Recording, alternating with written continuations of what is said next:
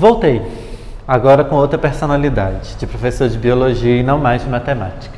Então, vamos lá no nosso módulo amarelo, na página 12. Hoje nós vamos falar sobre reino protista. Nós vamos dar prosseguimento aí, né?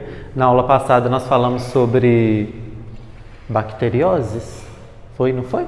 Então hoje a gente vai falar sobre o reino protista. Algas e protozoários são os participantes, os constituintes deste reino aqui. O reino protista, ele é formado por seres eucariontes. Então, até o reino das bactérias, né, das algas, das cianobactérias, a gente estava falando sobre seres procariontes, né? Lembram que lá no início do ano a gente falou sobre célula procarionte, célula eucarionte, a constituição. Então a gente estava falando sobre seres de forma de vida mais simples. Agora a gente começa a falar sobre os seres de forma de vida um pouco mais complexa, que são os eucariontes. E dentre os seres de vida de forma mais complexa, o complexo mais simples, vamos colocar assim, são os protistas. Eles são seres eucariontes, eles vão possuir a célula eucariota, mas eles são a forma de vida eucarionte mais simples que existe aí no nosso planeta. Então, só aqui para relembrar, né, a célula eucarionte com todas as suas estruturas, né? A gente tem ali o núcleo, o centríolo, o ribossomo, retículo endoplasmático de dois tipos, membrana celular, citoplasma, mitocôndria, são todas as estruturas que a célula vai possuir. Então, por serem seres assim mais complexos biologicamente falando, obrigatoriamente eles também vão realizar processos um pouco mais complexos aí. Então, eles são seres eucariotas e aí eles podem ser autótrofos ou heterótrofos, dependendo do caso. Seres autótrofos, lembrando, são aqueles que produzem o seu próprio alimento, a sua energia, e os seres heterótrofos são aqueles que se alimentam de uma fonte externa para obtenção de energia. Vai depender do que estivermos falando aí. E aí a gente começa a falar das algas, vão ser os primeiros protistas aí que a gente vai falar. Elas são unicelulares ou pluricelulares, vai depender do tipo de alga que estivermos vendo aí. São autótrofos fotossintetizantes, ou seja, elas produzem a energia aí para o seu metabolismo, elas não precisam se alimentar. Lembrando que algumas algas elas são autótrofas fotossintetizantes, mas quando elas se encontram em um meio desfavorável, um meio sem oxigênio, sem luz, elas elas mudam o seu método de obtenção de energia e elas passam a se tornar heterótrofas. Então existem algumas espécies de algas que são capazes de fazer essa mudança aí quando elas estão num ambiente sem luz. Mas naturalmente elas são autótrofas fotossintetizantes. Elas são seres aquáticos, mas existem algumas que vivem aí em solo úmido, né? Não é um ambiente aquático, mas que vai ter uma certa umidade. E elas possuem parede celular. Como elas são fotossintetizantes, elas são seres clorofilados, que possuem clorofila. E por serem seres clorofilados, elas vão possuir parede celular. Parede celular que é uma característica de célula vegetal e de algumas células bacterianas que a gente viu na aula passada, certo? Então aqui, olha, a gente tem alguns exemplos de algas, algumas ilustrações. Então eu tenho ali, olha, as euglenofitas, as crisófitas, os ginoflagelados, as clorófitas, que são as algas verdes, as feófitas, que são as algas pardas, as rodófitas, que são as algas vermelhas, né? Tá ali rojas, não sei como é que fala, não sou bom em espanhol. Então, que são as algas vermelhas. Então, algas são esses serizinhos aqui, olha, essas aqui, ó, essas três de cima, elas são unicelulares, formadas por apenas uma célula. E as aqui de baixo aqui, que são algumas mais evoluídas, que são as pluricelulares, que são encontradas normalmente aí em fundos de rio, de lagos, de mares.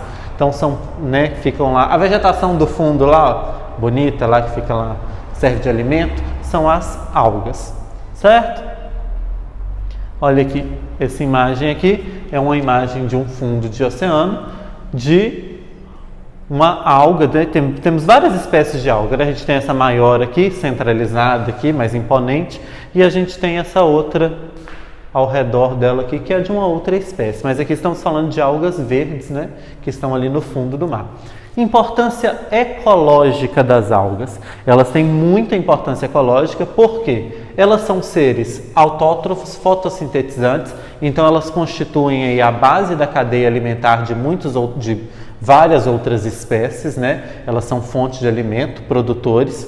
Elas também atuam na ciclagem aí do CO2 e do oxigênio, né, para a nossa atmosfera. São altamente, por serem fotossintetizantes, elas liberam muito oxigênio aí nos oceanos, que vai ser liberado aí para a nossa atmosfera, são a fonte principal de oxigênio do nosso planeta.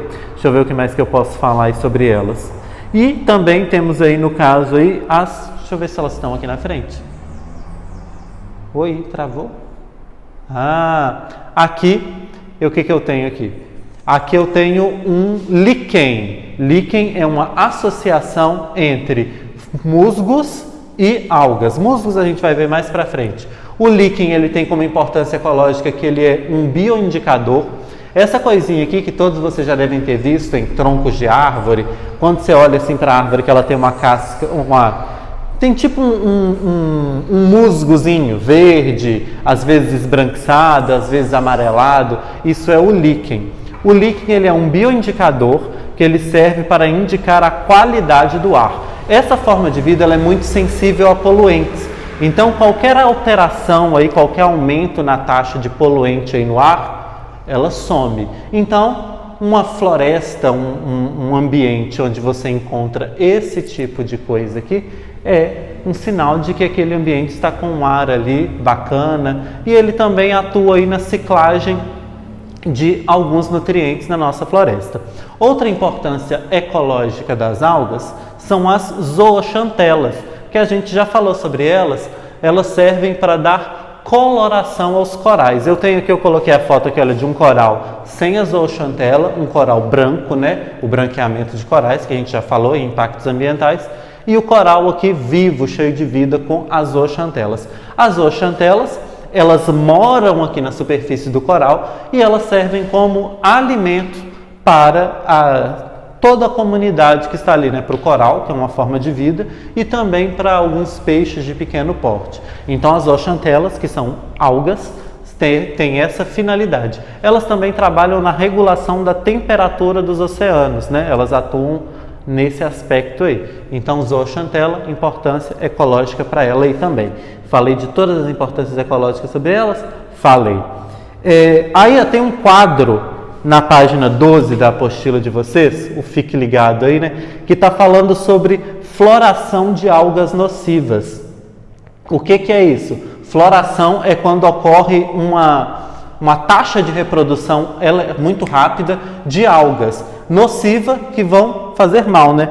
E essas três aí que a gente tem, a gente já falou sobre elas. Eutrofização, né? Quando aumenta a matéria orgânica e aí a quantidade de algas cresce muito. A gente falou em impacto ambiental. Está falando aí sobre a maré vermelha, que a gente também já falou, e o branqueamento de corais. Tudo isso a gente já discutiu em impacto ambiental, mas está aí para vocês relembrarem e fazer a associação. São algas do reino protista. Seguindo aí, a gente fala da importância econômica das algas. Primeira importância econômica, alguma delas, como a alga nori, ela é fonte de alimento, ela é muito utilizada, né, para quem gosta, não é o meu caso, da comida japonesa aí, né, o sushizinho aí para vocês, né? Ele é feito utilizando a nori, que é um tipo de alga comestível.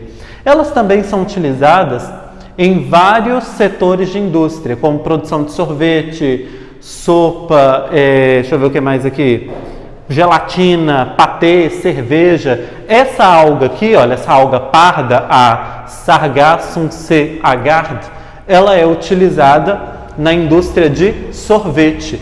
Isso aqui, ela é utilizada para produzir sorvete, para ter essa textura cremosa, e são utilizadas substâncias da alga. Existem algas também que são utilizadas aí, ó, na indústria de medicamentos, de creme, shampoo, tudo isso utiliza alga. Então ela é muito importante em vários setores da nossa economia. E, deixa eu ver se tem mais alguma coisa aqui. O agar. O agar, ele é essa substância que aqui a gente vê várias placas de cultura de bactéria. Elas estão coloridinhas aqui, vermelho, azul, amarelo. O agar é como se fosse uma gelatinazinha, onde lá nos laboratórios se faz a cultura de bactérias. Você coloca as bactérias aqui nessa placa com agar e aqui ela vai ter os nutrientes para poder se reproduzir, para poder sobreviver ali. O agar é uma alga, então ele também tem essa importância aqui para a ciência. Agora a gente vai falar sobre os protozoários. Os protozoários são seres unicelulares, heterótrofos, sem parede celular. Agora a gente está falando de seres que se aproximam mais do reino animal, né? As algas, elas possuem mais semelhanças físicas e estruturalmente falando com o reino das plantas. Elas são autótrofas, como as plantas, são fotossintetizantes, como as plantas, são clorofiladas, como as plantas. Agora, os protozoários não, eles já tendem mais para o reino animal. São unicelulares, são todos aí formados por apenas uma célula. Eles são todos heterótrofos, não são capazes de produzir a energia para a sua sobrevivência e eles não possuem parede celular, que é uma característica básica de qualquer célula animal. Eles também, assim como as algas, eu esqueci de falar, os protozoários são componentes do fitoplâncton, que fica aí lá no fundo do mar, que é fonte de alimento de vários seres vivos aí. O fitoplâncton é a base da cadeia alimentar dos oceanos. Ele é o alimento que vai gerar alimento para todo mundo, né? Até os maiores seres indiretamente são afetados por isso aí. Então a gente tem aqui, olha, alguns exemplos de protozoários.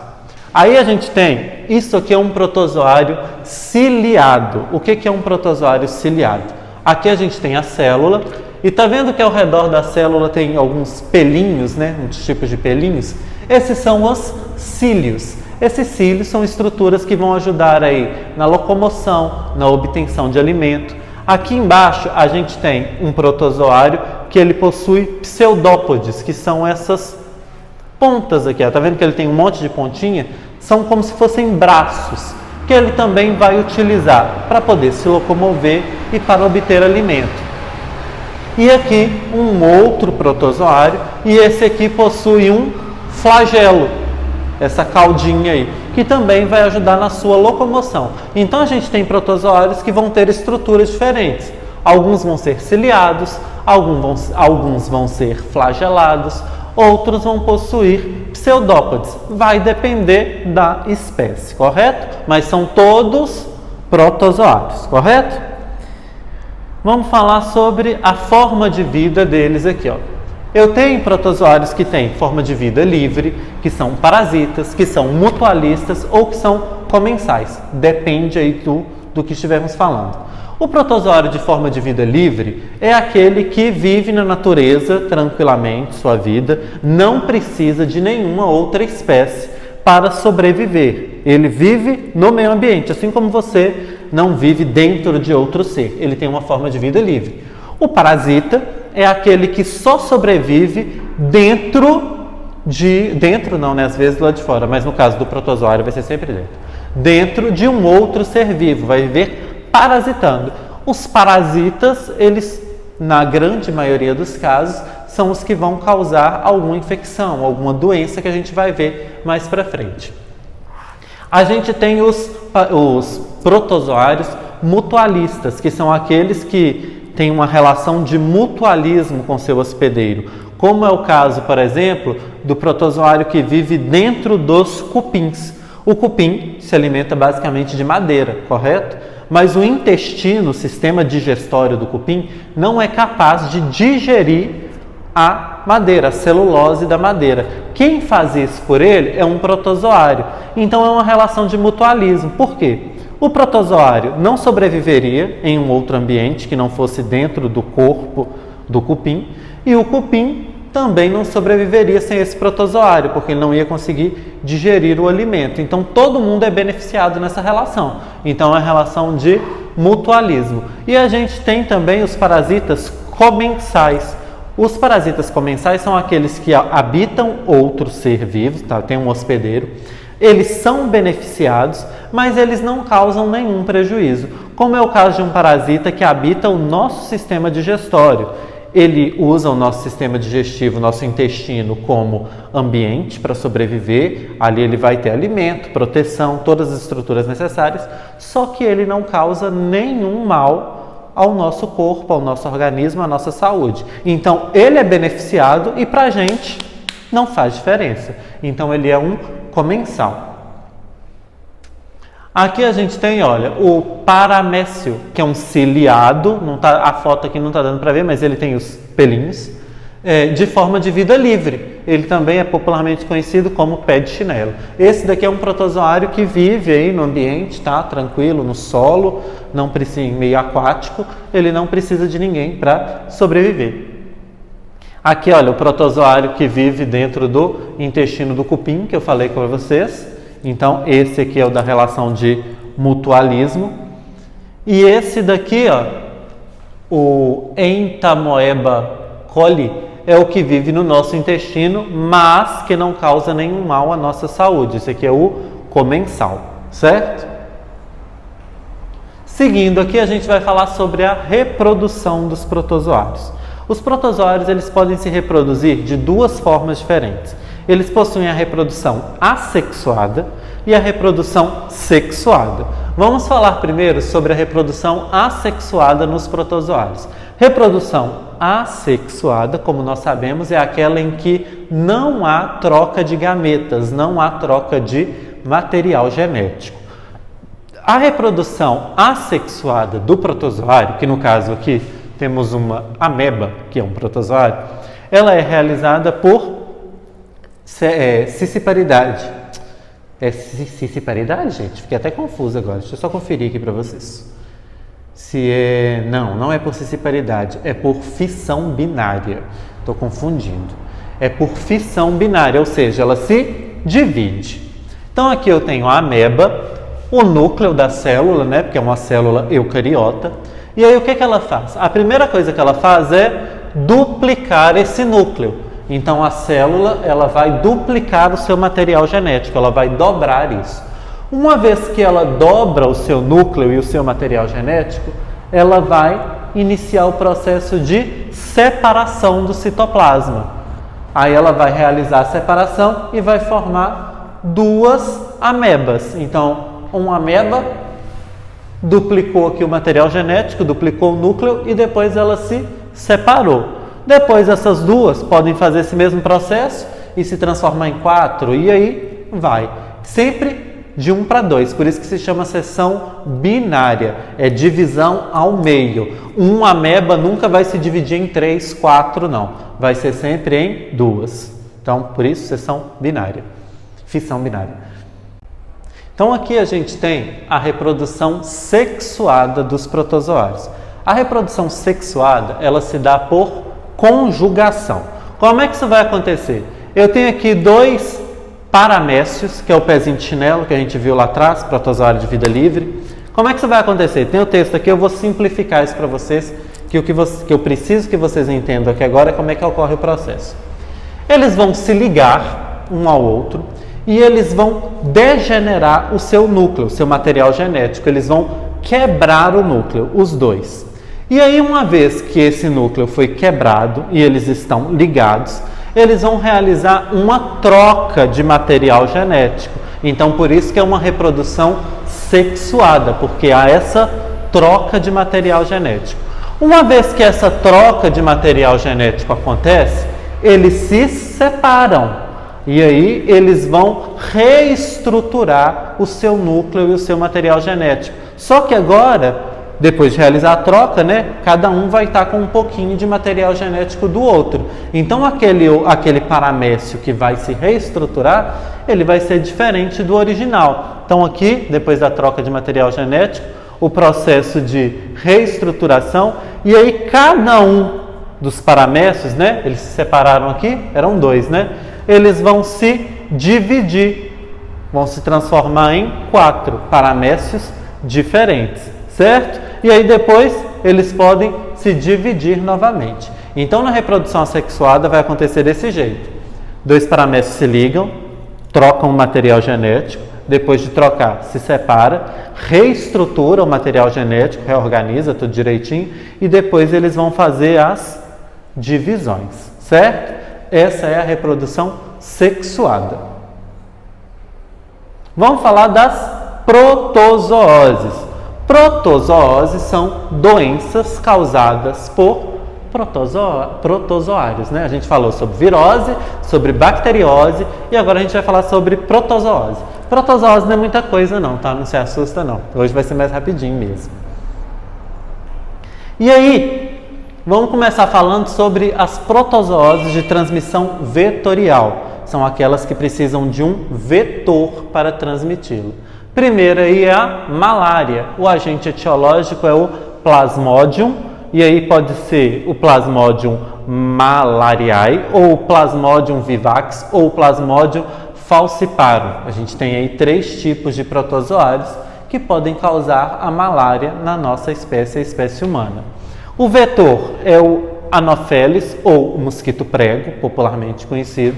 E os sintomas são calafrios, tremores e picos de febre alta. Esses picos de febre alta estão associados ao momento em que acontece mesmo? Que as hemácias estão se rompendo.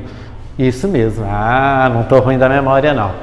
É o momento em que as hemácias se rompem e que mais protozoários são liberados. Por quê?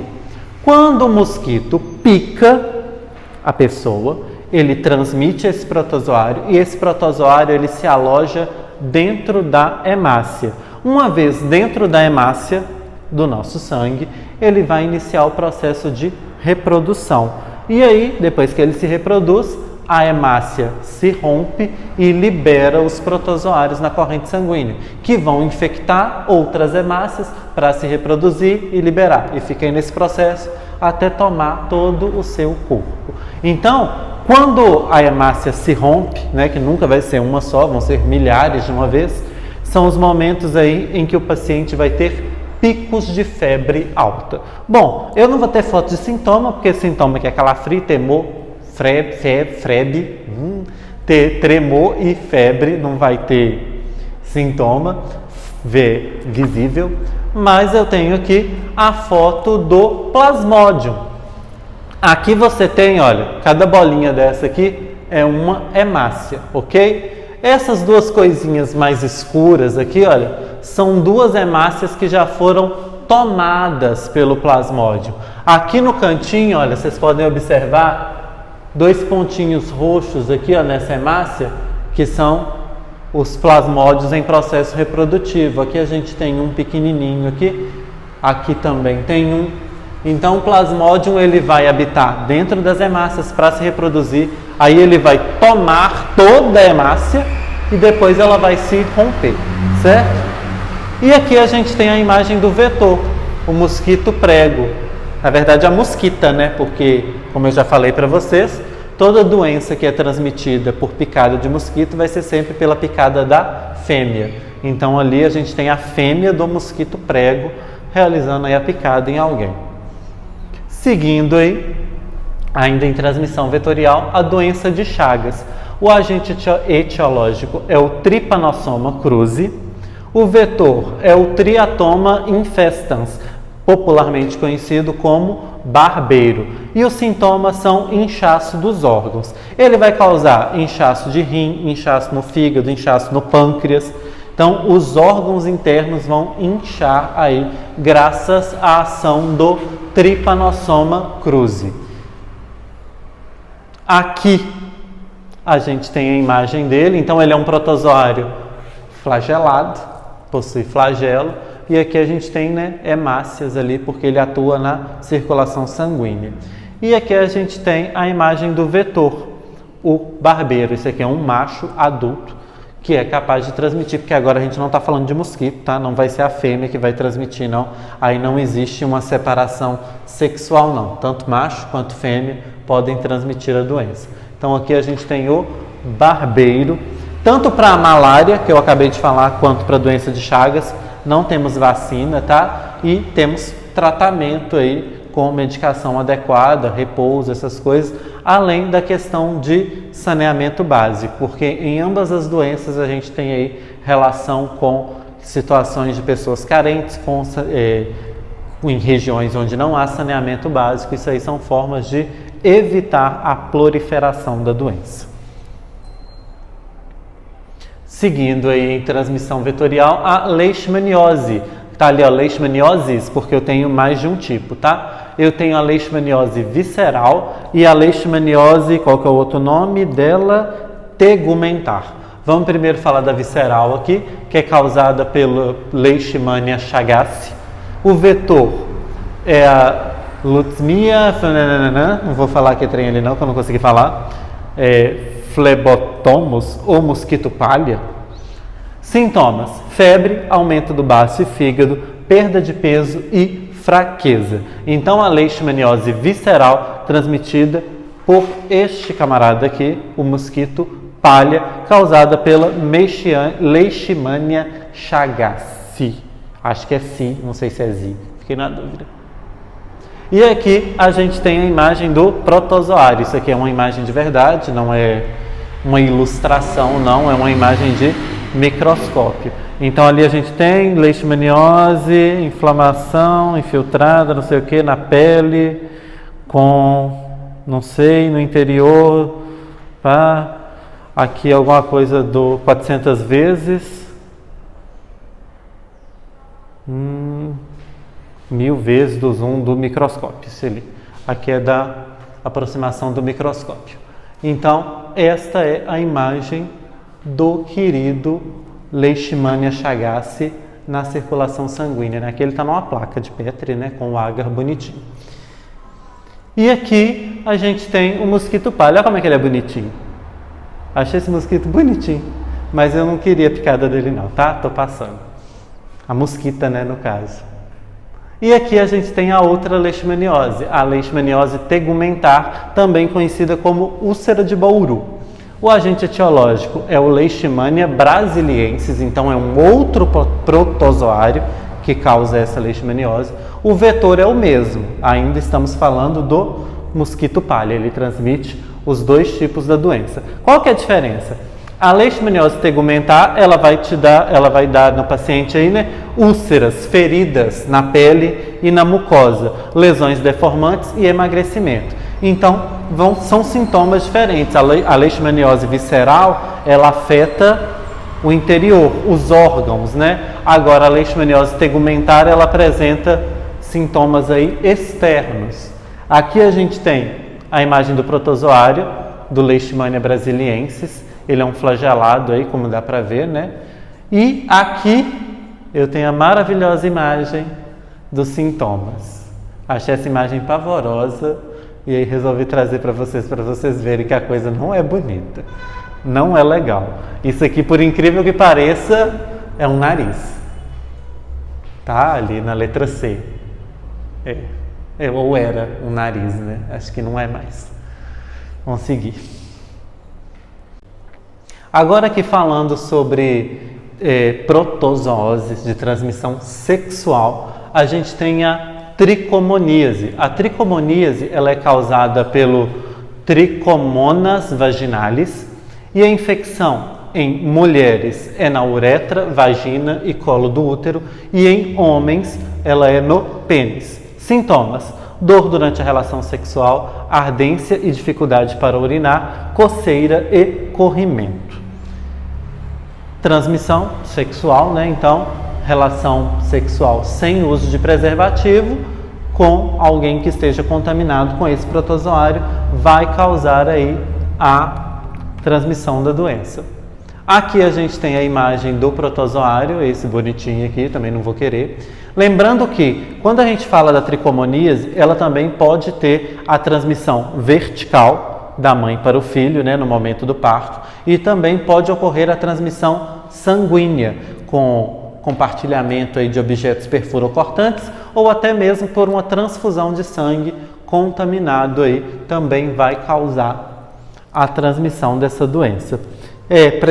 Prevenção, uso de preservativo, higiene íntima, não entrar em contato com secreções e não compartilhar roupa íntima, a toalha e água para banho. Também não temos vacina para a tricomoníase.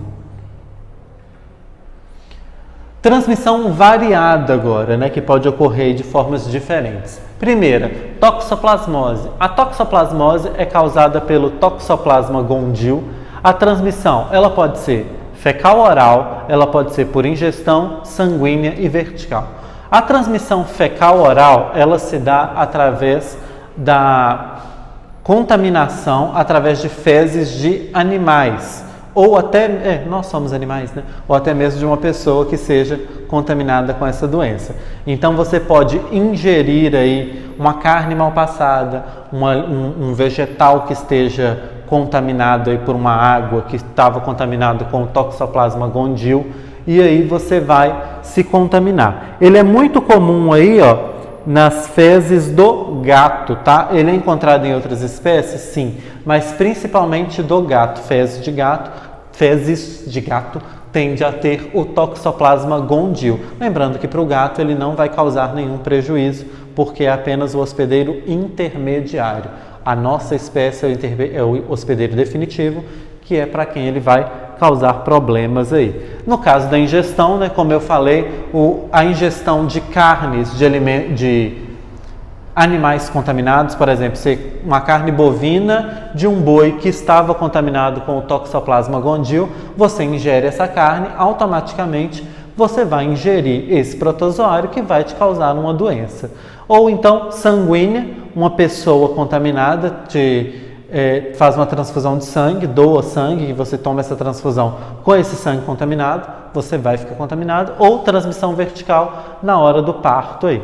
Sintomas aí. A maioria das pessoas não são assintomáticas, não vão ter nenhum sintoma de toxoplasmose. Em casos mais graves, a toxoplasmose pode causar cegueira. E quando a gente tem aí gestantes que são contaminadas com a toxoplasmose, ele vai afetar de uma forma mais intensa o feto, podendo em alguns casos causar o aborto. Aqui a gente tem a ilustração do Toxoplasma gondii, este aqui. E agora transmissão fecal oral. Aí a gente tem algumas doenças que, assim, de certa forma, falando assim de uma maneira bem simplificada, são doenças mais simples, né, que não vão ter assim tantos agravantes, que não vão afetar tanto a saúde da pessoa. Primeiro aqui é a balantidiose. O agente etiológico é o Balantidium coli e os sintomas são diarreia. Essas doenças, essas que eu vou falar aqui agora, começando pela balantidiose, são doenças que não possuem tratamento médico, como eu falei para vocês no caso de uma bacteriose passada aí, né, que é o tratamento caseiro, é você fazer repouso, é você se hidratar, tomar um soro para poder repor, porque diarreia pode causar desidratação. Aí aqui a gente tem a imagem do Balantidium coli, é esse aqui, o causador da balantidiose. A giardíase, outra protozoose de transmissão fecal-oral, é causada pelo Giardia lamblia. Sintomas: cólica, diarreia e fraqueza, esse que comi o i ali, tá? Então, também mais uma doença aí de tratamento caseiro. E aqui a gente tem a imagem do Giardia lamblia, é esse carinha aqui. E aqui, por último, a amebíase, que o agente etiológico é o Entamoeba stolítica. Sintoma: infecção intestinal, dor abdominal, diarreia acompanhada de sangue.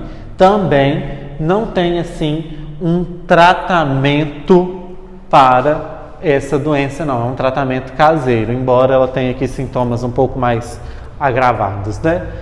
Todas três são de transmissão fecal-oral, então é você ingerir água ou alimento que esteja previamente contaminado com protozoários aí que vão chegar aí através das fezes de um contaminado anterior. E aqui a gente tem a foto da ameba, né, que vai causar a amebíase. Com isso a gente falou de todo o reino protista. Falamos das algas e dos protozoários. Uma vez que falamos das nossas algas e dos nossos protozoários, vocês irão fazer os exercícios aí para mim. Estes exercícios, deixa eu escrever aqui para vocês, estão lá na página 22, a partir da página 22, né? Vocês vão começar na página 22, do número 26 até o número, deixa eu achar aqui, 33. Então, vocês vão fazer esses exercícios para mim aqui, ó, que são os exercícios do reino protista. E aí, na próxima aula, a gente fala sobre reino fungi, que é o último reino do módulo amarelo, beleza? Até a próxima aula, gente!